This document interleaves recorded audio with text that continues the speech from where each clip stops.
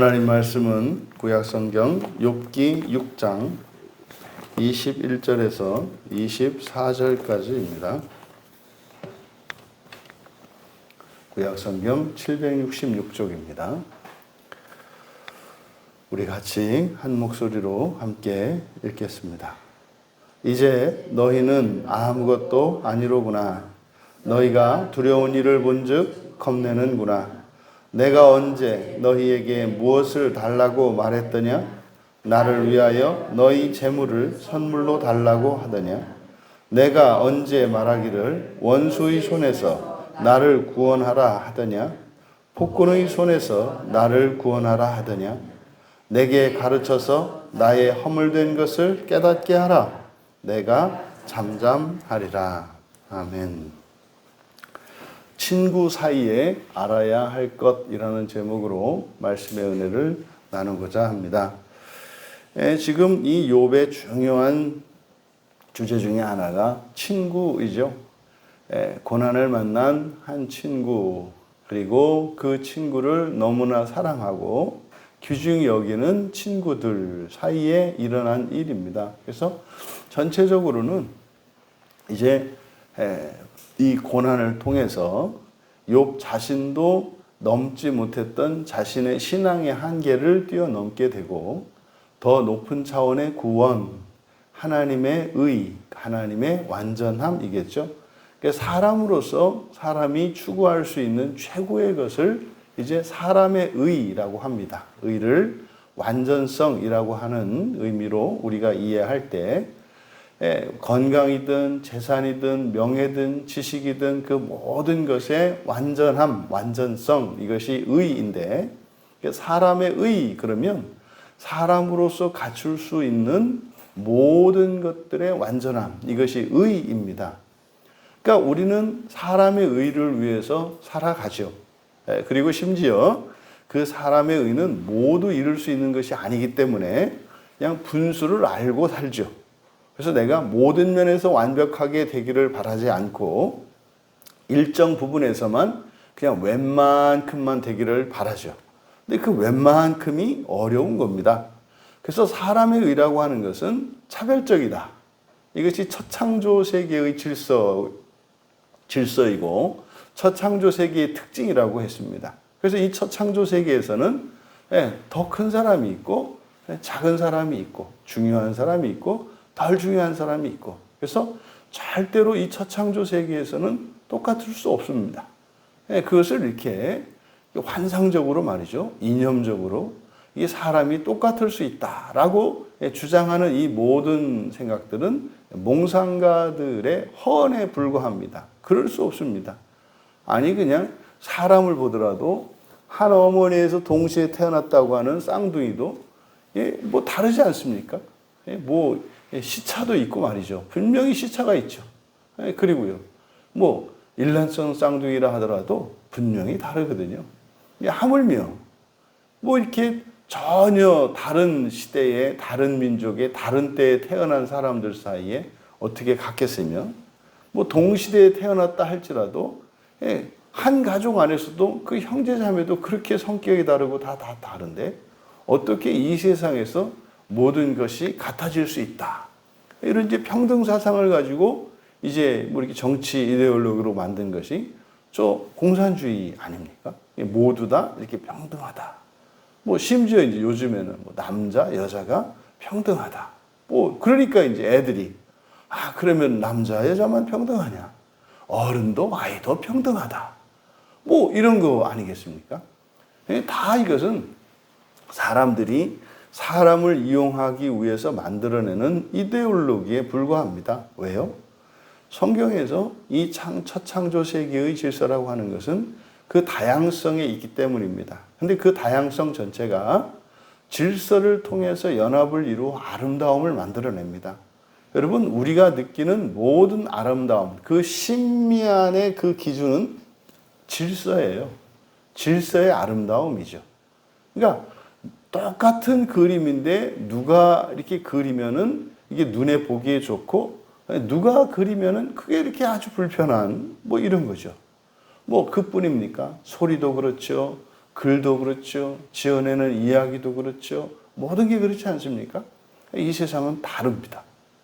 그런데 그러니까 이 사람의 의를 소수의 사람들이 독점하기 위해서 여러 가지 법과 제도들을 만들어내서 그를 공식화해요. 그러니까 그거는 소수의 사람들이 뭐 다수의 사람들을 착취하기 위한 그것이 아니라 마음 편하게 해주는 겁니다. 사실은 그냥 마음껏 살도록 하더라도 모든 사람의 의에 그 완전한 사람의 의를 이룰 수 있는 사람은 극히 제한되어 있단 말이에요. 근데 그것을 사회적으로 제도화하게 되면 그 제도 속에서 사람들은 안정감을 느껴요. 그래서 그런 거 있지 않습니까? 아주 뭐 사람들에게 뭐 월급을 많이 주는 회사. 그럼 그 회사에서 일하는 직원들은 마치 그 회사가 자신의 것인 줄 알지 않습니까? 예? 그리고 뭐 주식이라는 것을 만들어내서 예? 그 회사원들에게 주식을 나눠주고 그 주식을 가지고 있으면 주주가 되면 그 회사의 주인이다. 그렇습니까? 예? 말도 안 되는 소리죠. 직원들이 그 주식을 가지고 있은 분들 몇 주나 가지고 있겠어요. 예? 그 주인들은 몇십만 주, 몇백만 주. 그래서 그 회사의 주식에 몇십 프로를 가지고 있는데 말이 주주지 그게 주주입니까? 하지만 이런 제도적인 장치들을 통해서 심리적으로 이렇게 평등하다는 생각을 갖게 하죠. 그런데 절대로 그렇지 않거든요. 그런데 성경에서는요, 사람의 의를 능가하는 하나님의 의를 우리에게 이루어 주겠다고 약속하는 거예요. 아니 여러분, 걷지도 못하는 사람에게 세계에서 가장 빨리 달리는 사람보다 더 빨리 달릴 수 있게 해주겠다는 약속이 이게 믿을 만한 약속입니까? 이게 허황된 약속이죠. 그러니까 기독교에서 말하는 구원이라는 것은 말입니다.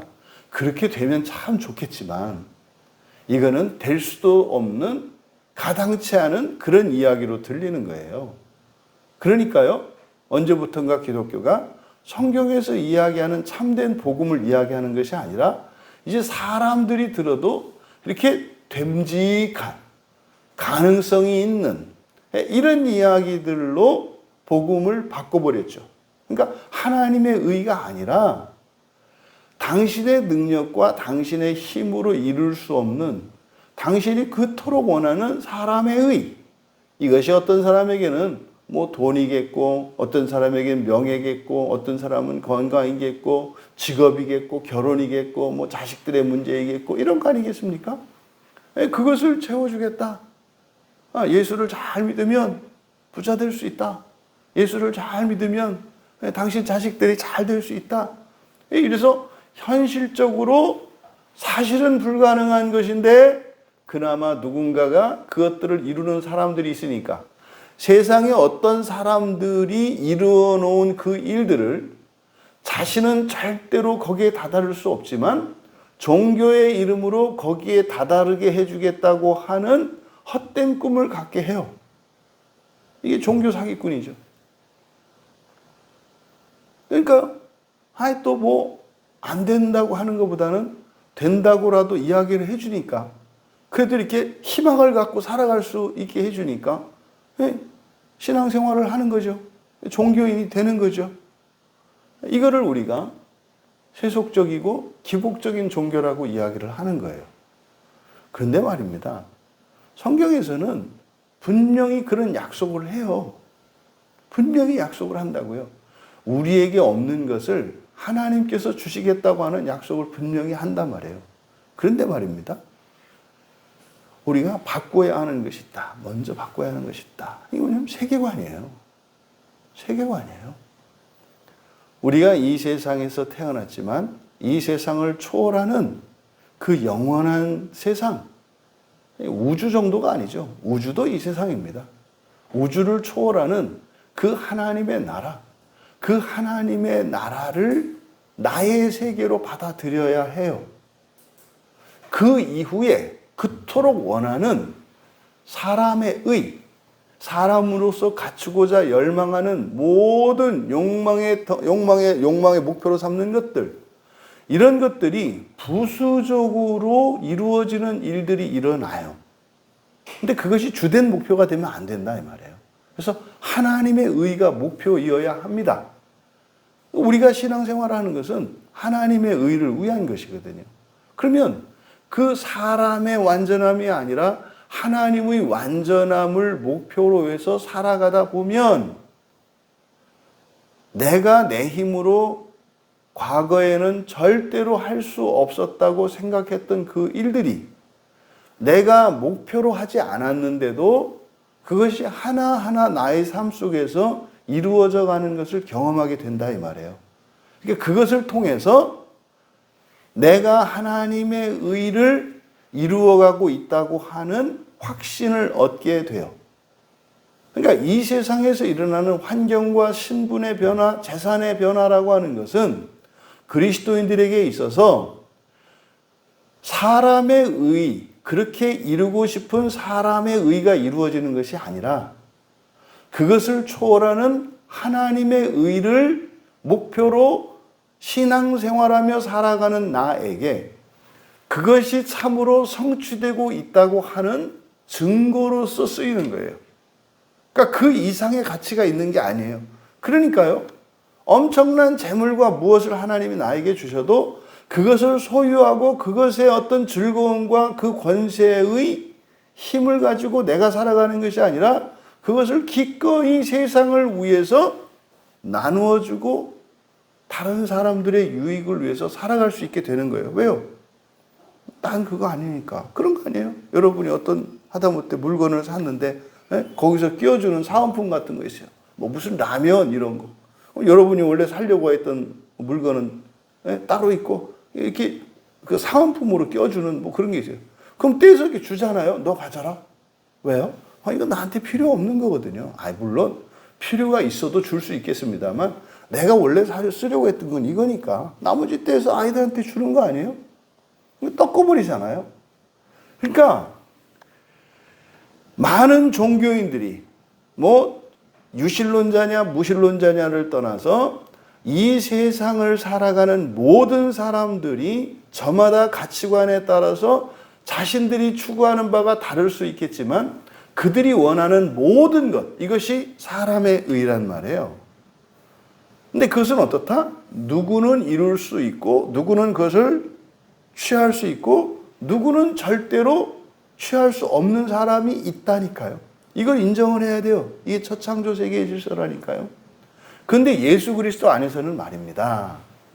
하나님의 의를 추구하며 살아가노라면 나의 능력과 흔히 말하는 내 팔자에 절대로 이루어질 수 없는 그런 일들이 부수적으로 일어나는 일이 일어난다 이 말이에요. 이게 욥기에서 지금 하나님께서 욥에게 가르쳐 주시려는 내용이거든요. 욥이 이거를 모르는 거예요. 욥은 그저 사람의 의가 다라고 생각하는 거죠. 이것을 우리 그리스도인들에게 적용을 해보세요. 사람마다 저마다 가지고 있는 만족할 수 있는 행복의 기준들이 있어요. 그러니까 현재 여러분들이 가지고 있는 기도의 제목들, 현재 여러분의 삶 속에 완전하지 못하게 하는 어떤 결핍들, 이게 채워지면 정말 세상 부러운 것 없고 하나도 아쉬운 게 없는 상태가 돼요. 그러면 어떤 일이 일어나요? 여기가 좋사오니 이렇게 된다니까요. 그게 욥의 상태예요. 그게 욥의 상태. 부족함이 없는 상태. 그러니까 그런 욥을 흔들어 깨우는 그 과정에 이 사탄의 시험이 있고 하나님의 허용이 있고 이게 이제 욥에게는 불행이고 환난이고 고난이 되는 거 아니겠습니까? 이런 상황에서 이 친구들이 여기에 이제 결부됩니다. 그래서 결국 욥이 그 진리를, 복음 진리죠. 그 복음 진리를 깨닫게 되는데 그 욥의 구원의 과정에 참여한 이 친구들이 함께 구원받는 이야기가 욥기란 말이에요. 그럼 여기서 우리가 보아야 되는 중요한 관계가 친구에 대한 이야기예요. 여기서는 물론 지금 엘리바스와 욥의 대화의 장면이고, 지금 처음에는 욥을 찾아온 세 친구와 욥 사이에 일어난 일이지 않습니까? 그러니까 여기서는 단순히 친한 친구가 아니라 바로 여러분들이 친구세요. 여러분들이 친구세요. 부부가 친구고요. 부모와 자식이 친구고요. 교회의 지체가 친구고, 여러분들의 친인척이 친구인 거예요. 이 친구는 뭡니까? 뭐지, 나이 차이도 굉장히 많이 난다고요, 이 사람들이. 근데요, 여기서 말하는 친구는 서로를 아껴주고 소중히 여겨주고 서로에게 일어나는 일이 영향을 받는 거예요. 영향을 주고받는 사람들. 기쁨과 슬픔을 함께 나누는 사람들. 이 사람들이 친구거든요. 그러니까 이것은 어떤 의미에서 보면 이런 모든 사회적 관계에서 특별히 가깝고 서로를 사랑하고 아껴주고 우애해주는 사람들을 친구라고 이야기한다 이 말이에요. 그래서 대표적으로 이미 세 친구를 들어서 이제 제시하고 있습니다만 우리들에게는 수많은 친구가 있죠. 저와 여러분 또한 우리 또한 친구 아닙니까? 한 교회 안에서 목사로 또 교인으로 이렇게 서로를 위해주고 서로를 위해 기도하며 그 아픔과 기쁨에 함께하는 친구 관계란 말이죠. 그러면 이 친구 관계에서 조심할 것이 있다는 것을 우리가 알 수 있다.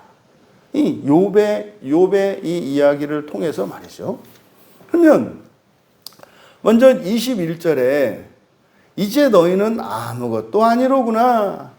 이것은 지금 우리말 성경에 키 왜냐하면이라고 하는 접속사가 이제 생략이 되어 있습니다. 그러니까 바로 앞에서 이야기했던 20절까지 이야기했던 욥의 내용의 핵심이 뭡니까?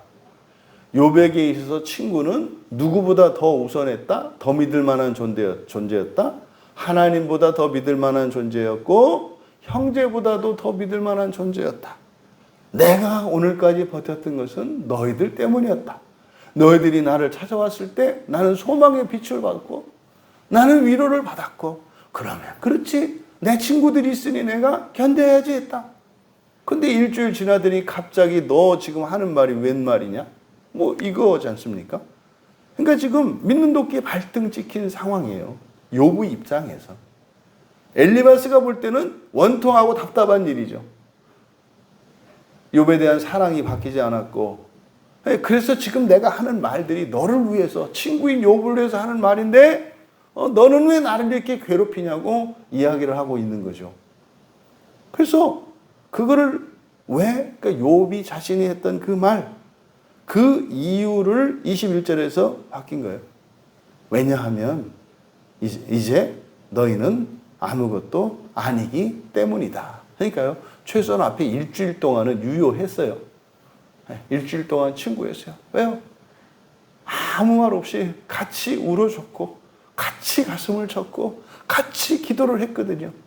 그러니까 아무 말도 하지 않았을 때 위로를 받았고 됐어요. 여러분 있지 않아요? 누군가를 도와주는 게 항상 이게 뭘 해줘야만 돕는 게 아니라요. 그냥 내버려 두고 그냥 같이 함께 하는 것이 최고의 도움일 때가 있어요. 근데 이 엘리바스는요. 아니요 그거 갖고 안 돼요. 이제 막 생각을 한 거죠. 어떻게 해서든지 욥을 도와줘야 돼요. 그러니까 뭔가를 찾은 거죠. 그러니까 가만히 생각을 하니까 이제 뭐 꿈꾼 것도 생각이 나고 뭐 옛날에 뭐 했던 뭐 욥이 했던 것도 생각나고 5만 가지를 갖다가 한데 해서 말도 안 되는 이제 개죽을 만들어 버린 거 아니에요? 뭐 개죽이라고 그래야 다 먹을 수 있는 거예요. 먹을 수 있는 거. 근데 그걸 한데 그냥 다 섞어가지고 양은 냄비에다 넣고 냅다 끓여가지고 내놓은 거 아닙니까? 그러니까 이게 못 먹는 건 아닌데 그렇게 먹고 싶지는 않아. 그런데 또 이게 자기의 사랑과 정성으로 준비했으니 맛있게 먹으라는데 욥의 입장, 그 비유가 약한 욥의 입장에서는 참 이게 무슨 개밥 같기도 하고 사람밥 같기도 한 것이 그러니까 먹을 수도 없고 안 먹을 수도 또 친구가 한 거니 또 그 믿을만은 하다만 눈으로 봐서는 또 이게 음식이냐 싶고 차라리 그럴 바에는 이왕 금식한 거 일주일 금식했는데 여기다 이거 먹으면 분명히 달랄 텐데 뭐 이런 생각 안 하겠어요. 근데요 이제는 아니로구나. 왜 그 생각을 했어요? 엘리바스가 욥을 위해서 자신이 할 수 없는 상황에서 자신이 도와줄 수 없는 상황에서 무엇인가를 하려고 할 때 그것이 오히려 당사자인 욥에게는 괴롭게 하는 일이 되었다는 거죠. 이걸 이유로 들고 있어요. 이제는 너희가 친구가 아니구나. 그러니까 사실은 이게 욥에게 있어서는 친구에 대한 절대성이 깨지는 순간이죠. 그런데 이제는 그러니까 너희들이 이렇게 하는 이유가 뭐예요? 두려운 일을 본즉 겁내는구나. 여기서 이제 두려운이라고 번역된 이 단어, 이것은 욥기에서 단 1회 사용이 되는데 이 단어는 경악한다는 뜻이에요. 여기서는 두렵다라고 되어 있는데 여러분들이 어떤 상황을 보고 어떤 놀라운 그런 상황을 보고 근데 이 놀라운 상황이 뭐냐면 멸망당하는 거예요. 멸망당하는 걸 보고 여러분들이 깜짝 놀래요. 그때 느끼는 공포감. 이게 여기서 말하는 두려움이거든요. 그러니까 지금 욥이 멸망당한 그것을 보고 친구들이 너무 놀란 거죠. 경악한 거죠. 그리고 나서 너희들이 이제 겁내는구나. 뒤에 겁내다. 이게 야레입니다. 이게 경외하다. 그러니까 욥이 지금 친구들의 이런 반응을 어떻게 보고 있는 겁니까? 자신의 멸망을 보고 놀란 친구들이 하나님을 두려워하고 있다고 이야기를 하는 거예요. 뭐 여기서 이야기를 더 이렇게 심화시켜 나가면 지나친 추론이 되기 때문에 어쨌든 욥은 친구들이 자신의 멸망을 통해서 이렇게 멸망당한 이렇게 완전히 망해버린 자신을 보고 깜짝 놀라서 거기에서 어떤 공포심을 느껴서 그들이 하나님을 두려워하는 그런 의식을 갖게 되었다고 이야기를 하는 거죠. 이런 건 우리들이 종종 신앙생활하다가 누군가가 엄청난 그 재난이나 환난을 만났을 때 아무도 모르게 속으로 아유 신앙생활 똑바로 해야 되겠다 뭐 이런 거 느끼는 거죠. 왜 그래요? 뭐 그 사람들이 다른 사람들이 뭐 이렇게 징벌을 받았고 뭐 이런 거죠. 그랬을 때 자신의 옷깃을 다시 한번 여미게 되는 뭐 이런 경우를 말하는 거죠. 사실상 여러분, 욥은 친구 엘리바스로 인해서 괴로워요. 고통당하고 있습니다. 그런데 말입니다. 이제 뒤에서부터 나오는 이야기를 보십시오. 22절과 23절에 이 네 개의 의문문으로 나타내거든요. 내가 언제 너희에게 무엇을 달라고 했느냐? 나를 위해서 너희 재물을 선물로 달라고 했더냐? 내가 언제 원수의 손에서 나를 구원해달라고 말했더냐? 내가 언제 나를 폭군의 손에서 구원하라고 했더냐? 23절과 24절은 욥이 친구들에게 손을 벌린 적이 없다는 사실을 이야기해요. 돈을 꿔달라고 한 적도 없고 어떤 어려움이 당해서 힘이 없어서 힘을 보태달라고 한 적도 없다는 거예요. 왜 지금 이 이야기를 할까요? 지금 친구가 하는 이 말은 여러분 욥기에서 우리가 놓치고 있는 게 뭐라고요? 욥의 친구들의 진심을 놓치면 안 된다고요. 욥의 친구들의 진심을 놓치면 안 된다고요. 욥의 친구의 진심을 놓치면 그 욥의 친구들이 나쁜 사람들로 욥을 정죄하는 사람으로만 이렇게 해석을 하게 되면 어떤 일이 일어나냐면 우리와 함께 살아가면서 나에게 불편을 끼치는 모든 사람은 악한 사람으로 판단을 내리게 돼요. 그러니까 어떤 일이 일어나요? 가족 간에, 사랑하는 사람 간에, 교회 지체들 간에 누군가가 나에게 좀 어떤 식으로든지 나의 평화를 깨고 일상을 깨고 나의 생각을 깨는 일들이 일어나면 악으로 규정한다 이 말이에요. 거기서 갈리잖아요. 그런 경우에도 절대로 잊으면 안 되는 것이 우리의 친구 관계다. 우리는 서로 지금 비록 나에게 고통을 줄지라도 우리는 친구라고 하는 사실을 잊어서는 안 된다. 우리는 가족이고 우리는 지체고 우리는 주님의 한 몸이라는 것을 잊어서는 안 된다. 잘하면 몸이고 잘못하면 이게 아니다. 입에 쓰면 뱉고 달면 삼킬 수 있는 게 아니다. 왜? 우리는 그냥 한 몸이기 때문에. 한 몸이기 때문에. 이것을 절대 잊으시면 안 돼요. 그러니까 욥기를 바라볼 때 그런 식으로 바라보면 찢어 발기게 된다니까요. 여러분, 달아도 삼키는 거고 써도 삼키는 거예요. 왜요? 입안에 들어왔으니까. 그럼 만약에 그게 독약이면 어떡해요? 걱정하지 마세요. 그걸 보약으로 성령께서 바꾸세요. 그게 예수 안에 예수의 몸으로 살아가는 거예요. 예상되는 피해에 너무 두려워하지 마라. 중요한 것은 사랑이 동기가 되어서 사랑에 이끌리고 있는가? 아니, 그거는 교회 밖에도 있지 않아요?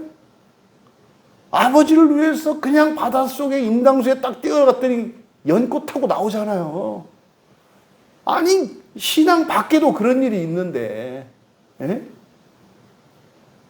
여러분, 죽은 시체를 파다가 어머니를 살리려고 시체를 파가지고 말이요, 그걸 했더니 아니 그게 허벅지만한 산삼이 돼가지고 그걸 먹고 살아나는 거야. 이런 감동적인 스토리가 전설 따라 있잖아요. 그럼 우리는 전설이 아니라 실제라니까요. 사랑이 동기가 되고 사랑이 목적이 된다면 성령께서 독약도 천년 묵은 산삼을 끓인 물로 바꿔주신다. 기억하시기 바라요. 그럼 이 친구가 하지만 욥에게는 친구가 이제는 폭군이에요. 원수예요. 그렇잖아요. 이 욥의 고백을 보세요. 원수의 손에서 나를 구원하라. 폭군의 손에서 나를 구원하라. 이게 사실은 1차적으로는 욥에게 고난 아니겠습니까? 원수와 폭군이라는 것이. 근데 사실은 그 고난을 만들어낸 주체가 원수고 폭군이잖아요. 1차적으로 욥은 이게 누구라고 생각하는 거예요? 하나님이라고 생각하는 거예요. 왜요? 왜 하나님이라고 생각했어요? 전능한 분은 하나님밖에 없으니까. 그러니까 하나님의 전능성이 나의 인생에 고통과 해를 일으킬 수도 있다고 생각하는 거예요. 왜요? 욥은 다 이기거든요. 다 이겨요. 돈으로도 이기고요. 지혜로도 이기고요. 다 이겨요. 그런데 자기 힘으로 감당할 수 없는 이런 불행이 쏟아져 들어왔어요. 그러면 자신보다 힘센 누군가 하잖아요. 그럼 욥에게 있어서 자신보다 더 강한 자는 하나님밖에 없어요. 욥에게 있어서는. 그러니까요. 이 일을 할 수 있는 건 하나님밖에 없잖아요. 그러니까 하나님이라고 생각을 하는 거예요. 근데 우리는 천사론을 배워서 알잖아요. 하나님만 계신 게 아니라 온통 귀신들도 우리 인생을 이렇게 흔들고 괴롭게 할 수 있다는 사실을 알잖아요. 그러니까 그 이전에는 그냥 뭐가 생기면은 뭐 영적인 존재는 하나님 한 분만 계신 거로 알고 모든 거 하나님이 다 한 걸로 일단 불행과 관련해서 희한하죠. 또 잘 되고 좋고 뭐 이런 거는 지가 한 거고 운이 좋은 거고 마음에 안 들고 이런 건 또 다 하나님이 한 거고 이게 우리 가족 관계에서 잘 나타나잖아요. 그죠? 애들이 지들 잘하는 건 지들이 열심히 하고 노력한 거고 뭐 지들이 힘들고 이런 건 다 부모 탓이고 얼마나 성경적인지. 여러분, 그렇다면 친구도 원수잖아요. 왜? 나에게 지금 고통을 주고 있으니까. 욥의 입장에서는. 응? 그럼 여러분, 여기서 욥이 가지고 있는 이 생각, 사실은요, 지금 욥이 엘리바스에 대해서 원망을 할 수 있는 근거로 삼고 있는 게 뭡니까? 여기서 여러분들이 이것에 잘 착안하셔야 돼요. 내가 너한테 괴로움을 준 적 있어? 이게 지금 엘리바스를 악하다고 규정하는 욥의 근거예요. 사실은 겸손하게 말을 이렇게 했습니다만 반대겠죠. 내가 니네 애들 결혼식 할 때 내가 일을 안 물었어? 너 이사 갈 때 내가 선물을 안 보냈어? 뭐 이런 거 아니겠어요? 또 너희들이 어려운 일이 있어서 찾아왔을 때 내가 너희들을 성가셔하거나 또 지체하거나 그런 적이 있어? 이거잖아요. 근데 그때 이 욥이 친구들에게 배려하고 친구들에게 사랑으로 이런 선물을 하고 도움을 베풀 때 어떤 대가를 바란 거 하나도 없었어요. 순수한 마음이었어요. 좋아서 한 일이었고요. 네? 기꺼이 자원해서 한 일이었어요. 그런데 말입니다. 나에게 지금 이 엘리바스가 말로 나를 힘들게 하니까 그게 아주 잘못됐다고 이야기를 하는데 그것의 근거가 뭐예요? 나는 너에게 피해를 준 적이 없는데 왜 나에게 피해를 주는가? 여러분, 사실은 이런 생각이 왜 이런 일이 일어났어요? 욥은 근거 없는 신뢰를 가지고 있었죠. 근거 없는 신뢰감을 가지고 있었죠. 엘리바스에게. 왜요? 아무 어려움을 주지 않았거든요. 이 친구들이. 왜? 절대적으로 자기가 모든 면에서 우위에 있었기 때문에 도움을 줄 수 있는 상황이었잖아요. 그러니까요. 이 친구들도 내가 어려움에 처하면은 이렇게 하는 것이 당연하다는 생각을 갖고 있었어요. 그때는 그렇게 의도된 게 아니에요. 근데 자기도 모르는 사이에 그렇게 친구들을 돕고 우애해주고 이렇게 살아오는 중에 자기도 모르는 무의식 세계 속에서 친구는 이런 거야 라고 하는 생각이 쌓인 거예요. 근데 그 친구들은요, 그런 마음이 없을 수도 있고요. 그런 능력이 없을 수도 있거든요. 그러니까 욥이 아주 근거 없는 그런 자신의 믿음이 생기는 거예요. 뭐가 자기가 한 일에 따라서. 그런데요, 막상 욥이 한 번도 겪어보지 못했던 이런 상황에 처하고 보니까 오히려 이 친구들이 위로하고 절대적으로 자신의 입장을 지지해 주는 게 아니라 오히려 자신을 공격하고 있잖아요. 그러니까 이게 지금 뭔가가 잘못됐는데 왜 이런가 하는데 말도 안 되게 과거의 관계 속에 있었던 자신이 친구들에게 도움을 청하지 않았고 오히려 자신이 친구들에게 도움을 주었고 베풀었던 선행과 이것들이 근거가 돼서 나온다 이 말이에요. 이걸 조심하셔야 한다고요. 여러분들이 누군가에게 도움을 받은 적이 없고 반대로 여러분들이 누군가에게 도움만 주고 살아왔다면 이런 생각이 여러분 안에 자랄 수 있다고 하는 사실을 여러분들이 기억해야 합니다. 그러니까 여러분들이 의식해서 그런 것들을 어떻게 돼요? 이런 가시들을 제거해야 된다 이 말이에요. 애들 보세요. 쥐들이 태어나 준 게 부모들에게 무슨 대단한 일이나 해주는 것처럼 생각을 하고 자식으로 살아주는 일이 아주 숭고한 희생인 것처럼 생각하잖아요. 내가 당신의 아들로 딸로 살아준 것이 내가 얼마나 힘들었는 줄 아냐. 근데 내가 꾹 참고 그냥 지금까지 이 관계를 유지하고 있는 이런 공로의식. 이게 자식들이 그런 거 갖는 건 말도 안 되는 거죠, 사실은. 왜요? 엎어놓을 수 있었는데 거기서 끝나는 거 아니에요. 기회를 준 거지, 사실은. 근데 부모들도 이런 생각을 해서 안 된다, 이거죠. 또 이제, 뭐 여러분들이 엄마들, 우리 같은 아빠들보다는 엄마들이 그런 의식이 더 강할 수 있어요. 에? 당신이 애 낳아봤어? 뭐, 그거 말 못하죠. 뭐 어떻게 그 얘기를 해. 그러니까 우리나라에서도 할 말 있잖아요. 그죠? 군대 가봤어? 뭐 이렇게. 에? 여러분, 그렇게 해서 여러분이 수고해서 자녀들을 낳았다고 해서 그것이 마치 여러분들에게 뭐 여러분들이 자식들을 위해서 대단하게 뭐 여러분 그 작정하고 뭐 이렇게 괴로우려고 그렇게 한 거예요? 예? 겪고 나야 아는 거 아니에요? 산고의 전통도? 겪어보니까 야 이거 진짜로 아프구나 뭐 이거 느끼는 거 아니에요?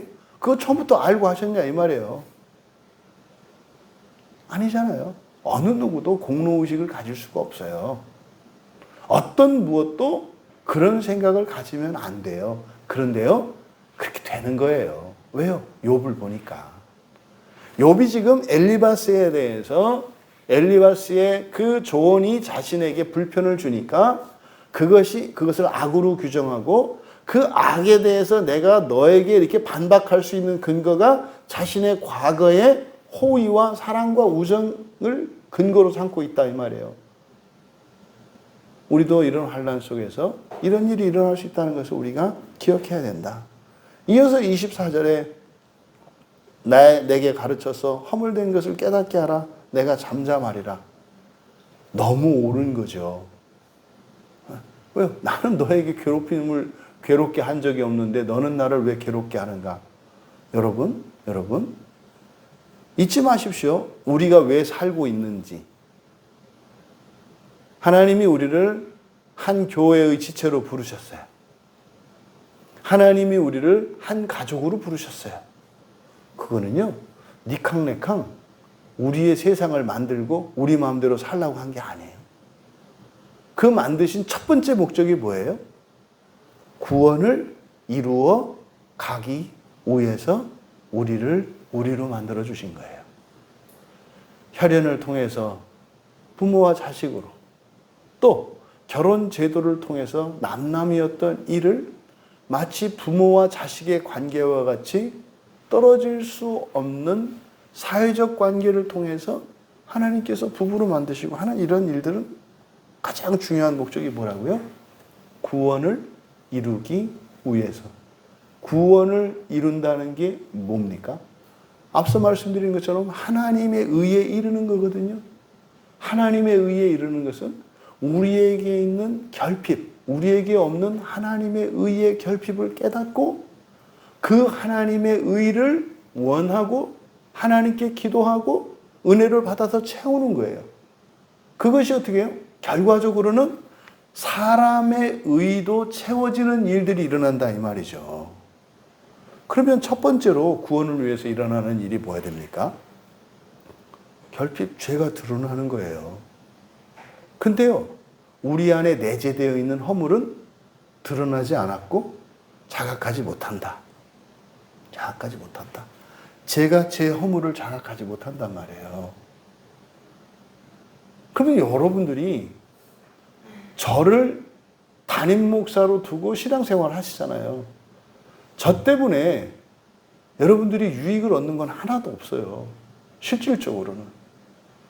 저 때문에 여러분들은 고통을 당할 거예요. 저의 허물로 인해서. 그러니까 저의 허물로 인해서 고통을 당하는 여러분이 불쌍하니까 하나님이 저를 통해서 은혜를 주셔서 여러분이 저를 버리지 않도록 하나님이 저에게 은혜를 주시는 거예요. 이게 하나님께 받는 은혜를 직접적으로 주지 않으시고 관계를 통해서 이런 목양관계에서 목사를 통해서 하나님이 은혜를 주시니까 여러분들이 저의 허물로 인해서 겪는 어떤 고통에도 참고 견딜만 한 거예요. 그래서요, 은혜가 떨어지면 어떻게 되는 거예요? 우리가 함께할 이유가 없어지는 거예요. 이게 이제 잘못되면 어떻게 되는 거예요?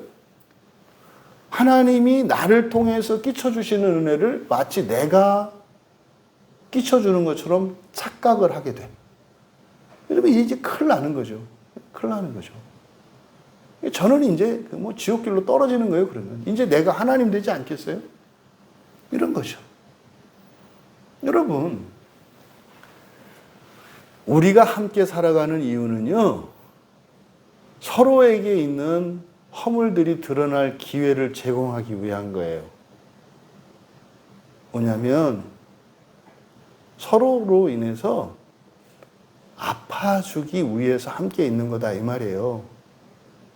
억울하고 애매한 고난을 당하기 위해서 함께 있는 거다, 이 말이에요. 이게 결혼이고요. 이게 교회예요. 교회 오면 분명히 하나님이 주신 은혜가 있어요. 여러분이 결혼을 하고 가정을 이루면 분명히 하나님이 주신 은혜가 있어요. 근데 그건 하나님이 주시는 거고요. 우리들끼리는 어떤 일을 일으킨다고요? 각자가 가지고 있는 이 허물이 가시가 되어서 서로를 찔러요. 근데 하나님은 그 자리에 아름다운 꽃이 피게 해요. 이게.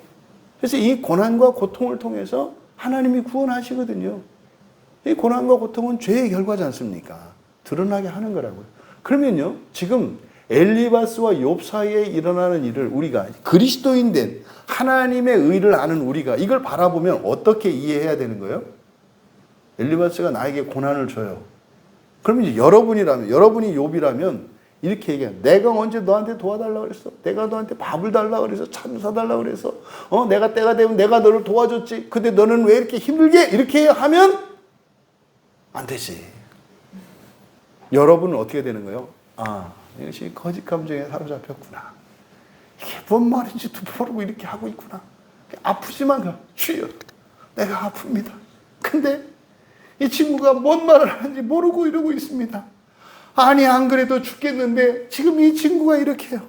이 친구는 보아하니 이게 나를 돕는 거라고 생각하고 이게 옳은 일이라고 생각하고 이 말을 하는데 이게 저로 하여금 미치게 한다는 것을 주님 알게 해주십시오. 그걸 말로 직접 너 왜 이래? 이렇게 해서 되는 게 아니라 당하는 거예요.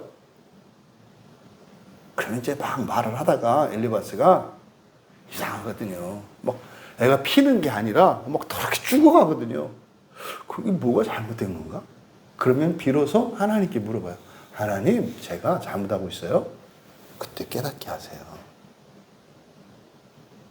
아, 나는 좋은 뜻으로 위에서 이것이 옳은 일이라고 생각하고 이렇게 했는데 이게 이 친구에게는 악한 일이었구나 라는 걸 깨달아요. 그리고 나서 뭘 느낀다고요? 사랑을 느낀다고요. 그러니까요, 사랑이 원인이 되고 사랑이 동기가 되고 사랑이 목적이 되면요, 뭘 해도 괜찮다니까요. 근데요, 사랑이 되기까지는 뭐가 있어요? 아파요. 견디는 거죠. 사랑은. 그래서 견디는 거예요. 뭘 견뎌요? 사랑이 되기 위해서. 여러분들이, 특히 엄마 된 여러분들이 그렇게 사랑스러운 자식을 낳기 위해서, 여러분 눈으로 보고 손으로 만지기 위해서 뱃속에서 10달의 임신기간을 통해서 여러분들이 불편을 겪잖아요. 그리고 나서 그렇게 지독한 아픔을 통해서 이 아이를 낳는데 기쁨이 위로가 되잖아요. 여러분이 아이를 낳을 때 하나도 안 아프잖아요. 임신한 동안 하나도 안 불편하잖아요. 전혀 예쁘지 않아요. 아이가 태어났을 때 예쁘지 않다고요. 사랑 안 느껴요. 조금도 여러분에게 불편을, 이 아이가 뱃속에 있을 때 불편을 끼친 적이 없어. 먹고 자고 생활하고 하는데 아무 불편도, 존재감이 없었어. 그러면 사랑을 못 느껴요. 아팠고 불편했고 힘들었는데 참았거든요. 그리고 나서 낳거든요. 그때 아이만 낳는 게 아니라 사랑이 탁 나요. 그래서요, 여성들이 해산하는 수고를 통해서 구원을 얻는다 그래요. 그게 뭐예요? 사랑을 아는 거죠. 여러분, 우리가 친구 사이에 우리가 함께 살아갈 때 조심해야 되는 것이 있어요. 항상 주는 자의 입장, 다시 말해 강자의 입장에도 서보고 약자의 입장에 서보아야 사실을 알 수 있어요. 양쪽에다 서봐야. 그러기 전에는 온전히 우리가 알 수 없다는 것을 기억해야 합니다. 그래서 말입니다. 여러분, 이렇게 고난당한 어떤 사람들, 어려움에 처해 있는 어떤 사람들, 그걸 여러분들이 보고 도울 수 있다. 그 사람들의 입장을 안다. 이런 섣부른 생각을 하지 마시기 바랍니다. 여러분들에게 또 반대로 이렇게 엄청난 부와 권력과 권한 이런 것이 없어 봤다면 그것을 가지고 있는 사람들 여러분들이 섣불리 판단하지 마세요. 그렇게 돼보지 않고서는 알 수 없는 거예요. 그러니까요, 도움을 주는 절대적인 강자의 입장에도 서보고 절대적으로 도움을 받아야 되는 약자의 입장에도 서보고 나서야 그래도 객관적인 사실에 근접할 수 있다는 사실을 깨닫지 마라. 인간관계에서 말하는 거예요. 그리고요, 정말 좋은 친구는 이런 어떠한 환경의 변화나 위치의 변화, 입장의 변화에도 변함없는 것이 좋은 친구다. 이때 변함없는 친구라는 것은 뭐겠습니까?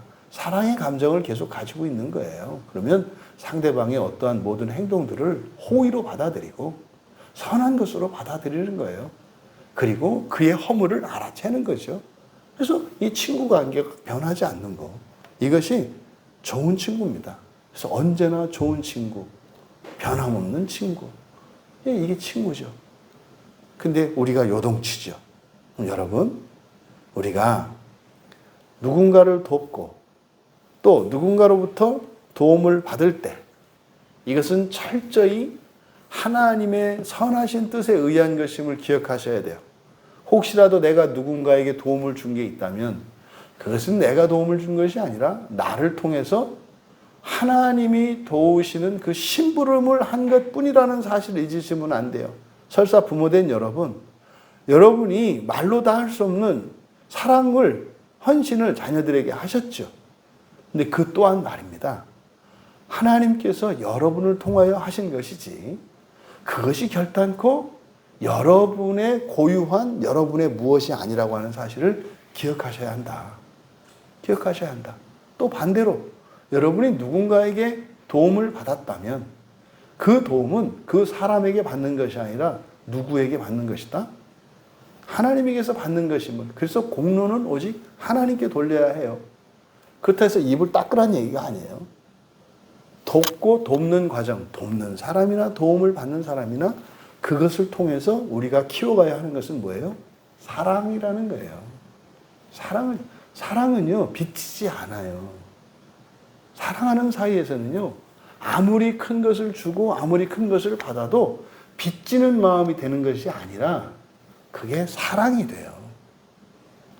언제나 좋은 친구로 우리들이 인간관계 속에서 친구 사이에서 일어나는 이 일들, 이 원리들을 깨달음으로써 항상 여러분들이 맺고 있는 모든 관계 속에서 친구가 되기를 바라고 모든 관계 속에서 일어나는 일이 사랑이 동기가 되고 사랑이 목적이 되어서 거기서 인간적인 은원 관계로 확장되는 것이 아니라 사랑으로 사랑의 관계로 더욱 확장되어서 하나님께로 더욱 가까이 나아갈 수 있는 우리 모두 되시기를 주님의 이름으로 축원합니다.